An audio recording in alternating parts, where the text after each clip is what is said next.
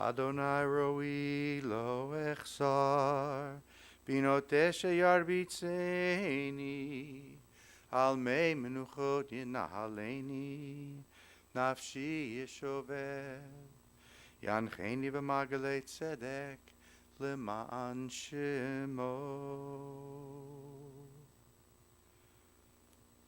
The Lord is my shepherd, I shall not want. God makes me lie down in green pastures. God leads me beside the still waters and restores my soul. God guides me in straight paths for the sake of his name. Yea, though I walk through the valley of the shadow of death, I will fear no evil, for thou art with me. Thy rod and thy staff, they comfort me. Thou preparest a table before me in the presence of my enemies.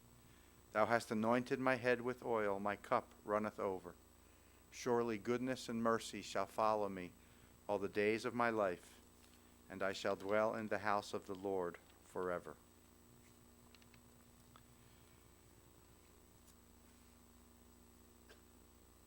We gather this morning to offer a final farewell to Harold Schickler. He was beloved by everyone here. And we gather to remember him, to recall his life in its fullness. And we gather also with you, his family, his sister, his children, the grandchildren, an extended family. We gather with you so that everyone here might reach out to you and hug you and embrace you and comfort you in this time of sadness. And we hope that the presence of loving friends will be a comfort to all of you and Harold's family. And we gather with you for another purpose as well. And that's to call out to God on your behalf and to ask God to be with you in these days of grief and mourning and shiva, that you might also feel God's loving embrace and that this too might comfort you.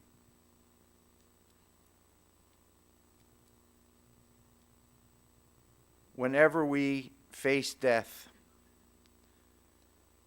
we can't help but confront the existential questions about the purpose of our lives and the meaning of our lives. This is not new.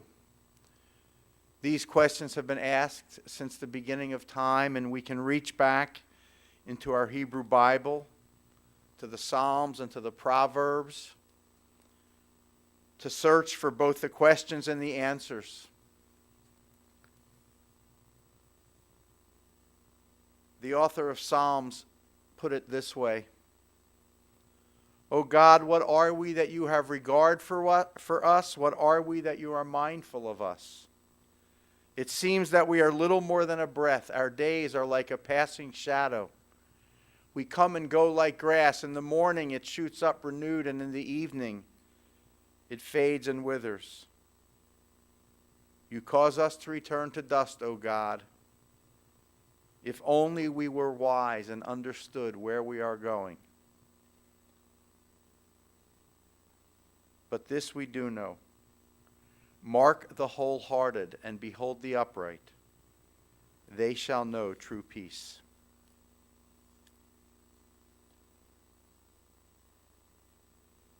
And in the 90th Psalm, this reflection: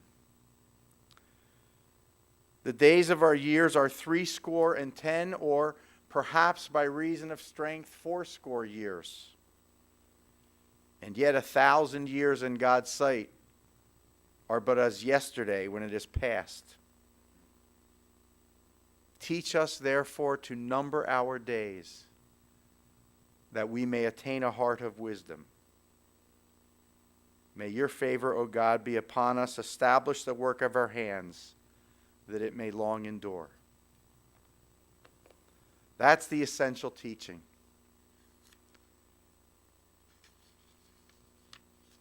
Help us to achieve a heart of wisdom and establish the work of our hands that it may long endure.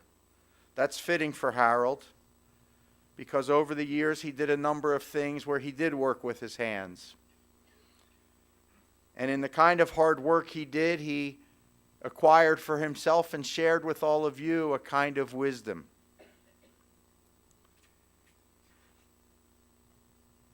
Janet, you said of your brother he was never afraid of work. I love the way you put that. He was never afraid of work, and he was a hard worker throughout his life. Some of you may remember the family car wash and Mr. Magic.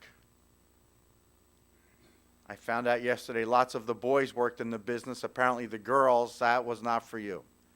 You weren't allowed. Not because you didn't want to, but you weren't allowed. He had other jobs along the way, and then, of course, as everyone here knows, 40-plus years with executive caterers, doing many different things. Hard work, sometimes manual work, setting things up, checking in on things. And later on, when it seemed judicious to take it a little bit easier but keep working, he went into security for executive caterers. And whether it was events on-site or off-site, down at Burke Lakefront Airport, wherever it was, there was Harold working and doing.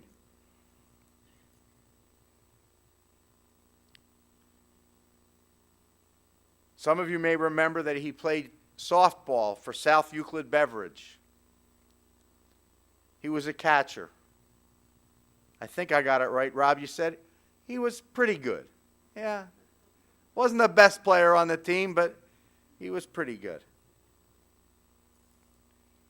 Well,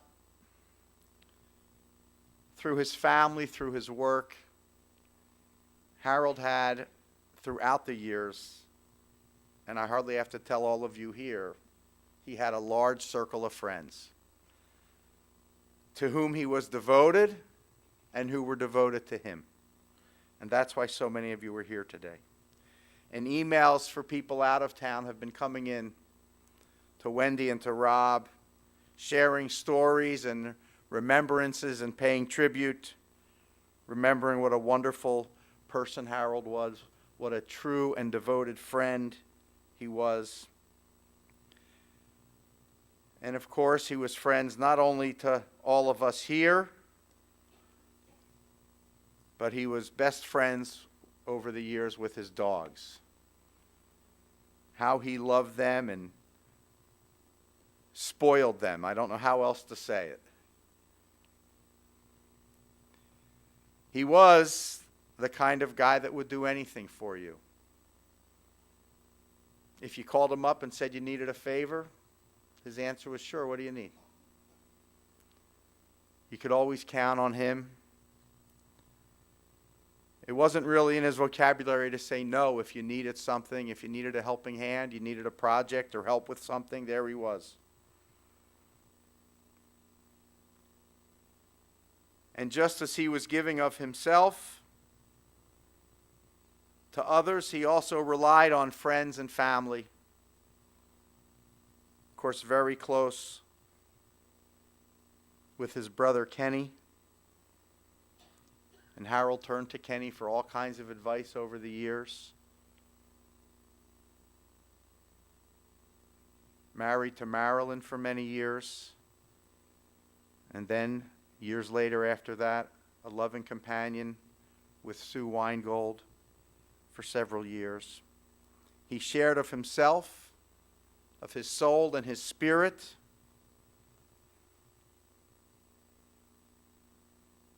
I talked about his work with his hands,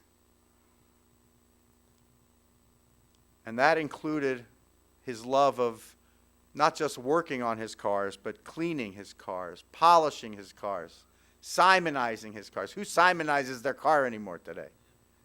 It's a lost art.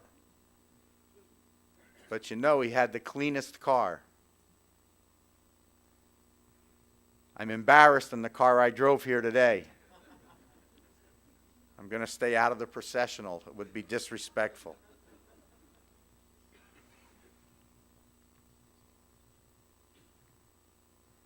And he was, of course, particular and organized. Everything had a place. That's where it should be. That's where it belonged. If you took it from its place, you better have put it back in its place. Otherwise, don't take it from its place, because everything had a place. That's the way he liked to have things organized for himself. And all of that gives us some description of this wonderful man. But I think if we want to really take Harold, the measure of Harold, we have to think about him not so much in relation to his children, though he loved you dearly and cared for you and was devoted to you and would do anything for you. But if we really want to take a measure of the man, we have to think about how he was so proud of his 4 grandchildren. When they were little, of course, but now they're not so little anymore. They've grown up, young adults. And how he reveled in all of your accomplishments and all that you did, whether it was in sports or education or work, your travels he loved to hear about, all of these things. He was so proud of you. And of course, that's true for grandparents. They're always proud of their grandchildren, or I should say almost always. But your grandfather had a special kind of pride in all of you. And I think all of you knew that because of the way he was with you and the way he shared himself with you. You didn't necessarily know it from the length of his phone calls. They were seconds long, sometimes as much as half a minute. But he was so incredibly proud of who you are and who you are becoming.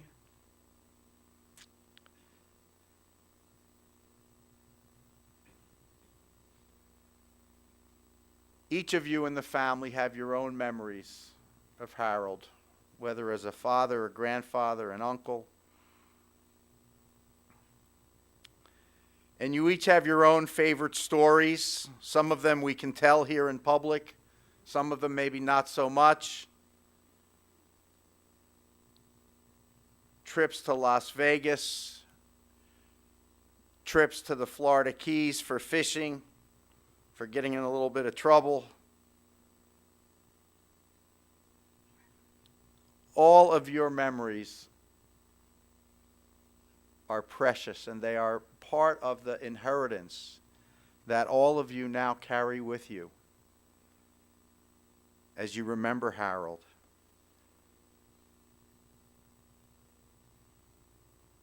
I know that the last few months have been difficult and challenging. They were for Harold, and they have been for all of you.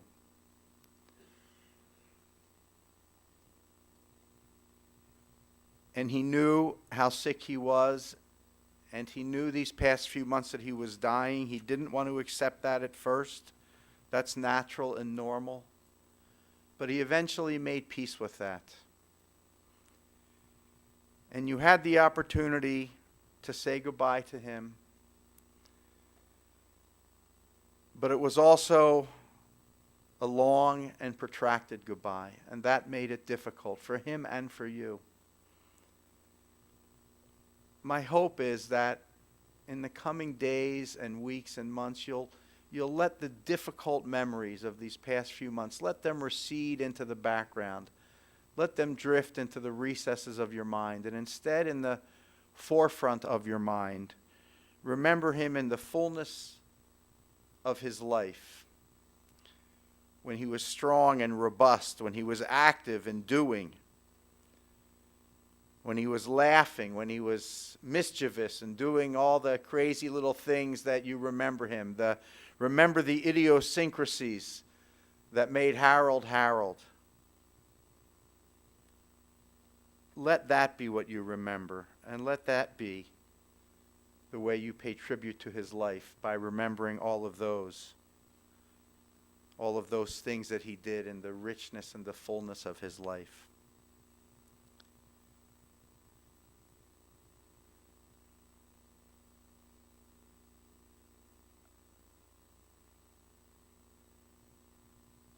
Rob and Wendy, and of course Ben. We know that our children are kind of an investment in our future. And grandchildren are the dividend on that investment. And by that standard, your father was a very wealthy man with the two of you as children, and of course Ben coming into the family as an adult, and then the 4 grandchildren as a wonderful dividend on Harold's investment in the future.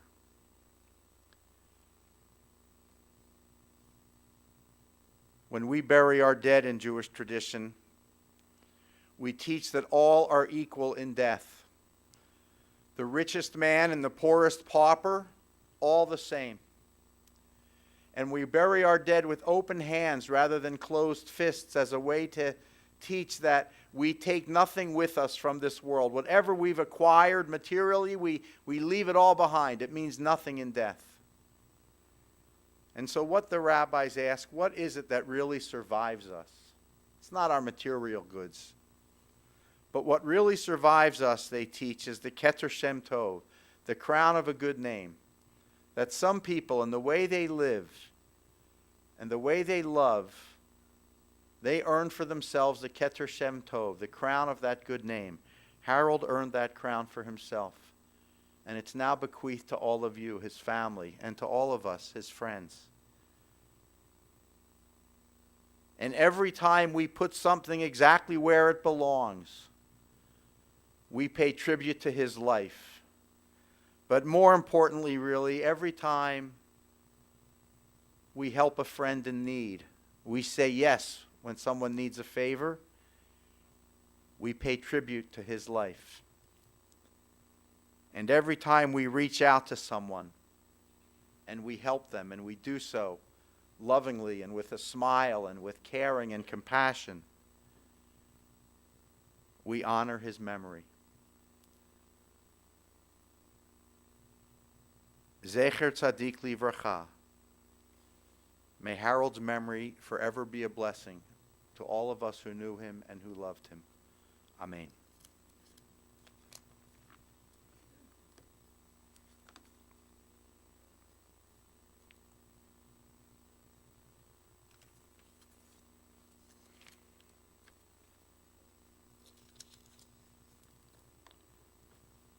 To all of you who mourn, we know that you grieve in a darkened world today.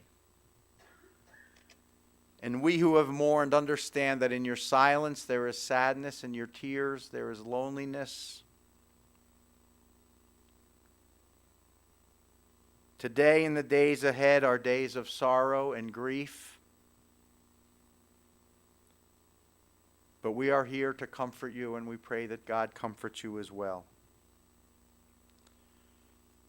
Harold had a love that united all of you in life. And that love is not severed by his death. That love continues in your hearts and in your souls. You will carry that love forever inside of you. And difficult as these days are, as we remember him, we also reach deep down into our souls to find the strength to be grateful and to offer our gratitude for the gift of his life and for the years granted him. We are thankful for the companionship that you enjoyed with him along life's path. And we are especially thankful for the gifts of his mind, all those things that he did and said that brought joy and happiness and laughter into our lives. We are thankful for all of those and for our ability to recall them and to remember him and to pay tribute to his life.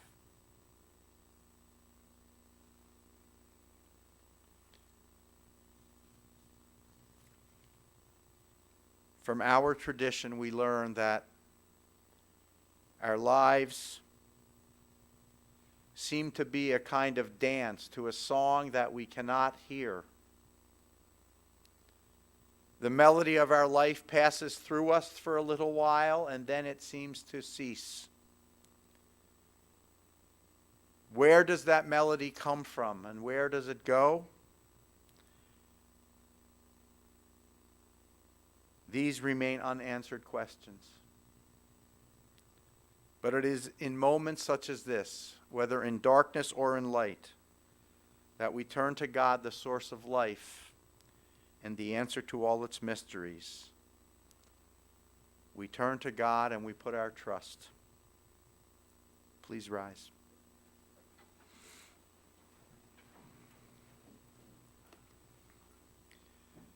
El Malei Rachamim Shochein Bamromim Hamtzei Menucha Nechona Tachat Kanfei Hashchina Im Kedoshim Utehorim Kizohar Harakia Mazhirim Et Nishmat Herschel ben Avraham Shehalach le'olamo Began Eden Tehei Menuchato Ana Bal Harachamim Hastireu Beseter Knafecha Le'olamim Vayitzror Bitzror HaChaim Et Nishmato